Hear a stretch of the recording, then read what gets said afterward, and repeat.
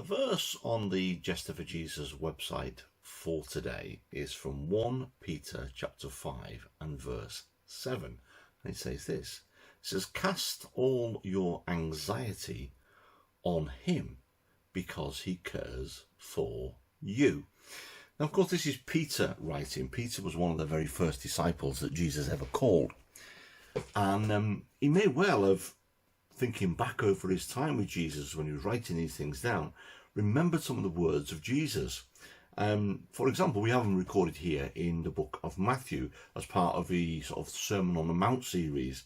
And in particular, Matthew chapter 6, when the title of it says, "Do not worry." And Jesus lists things, goes through, do not worry about your life, what you're going to eat, what you're going to drink, about your body, what you're going to wear, and so on and so on. And maybe Peter was thinking back at this in his mind, seeing what Jesus had done throughout the time that Jesus was on earth, and then his death, resurrection, ascension to heaven, the power of the Holy Spirit coming down, and all the great things that Peter had witnessed since the death of Jesus and his ascension back into heaven.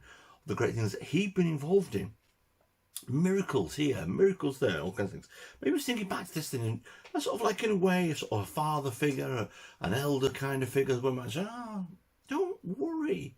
Because going back into the time when this was written, the Matthew bit, then, he was like a bit of a rookie disciple. He'd like, he'd probably only open his mouth to change his feet sometimes. He'd learnt an awful lot from Jesus in that time. Maybe he's reflecting back to some of these people and say, actually, we don't need to worry about things. So today, take these words with you. Cast all your anxiety on him, on Jesus, because he cares for you. And if you get the chance, look this verse up, 1 Peter 5:7, and then also have a look at this passage here in Matthew 6 and 25 onwards. Have a great weekend.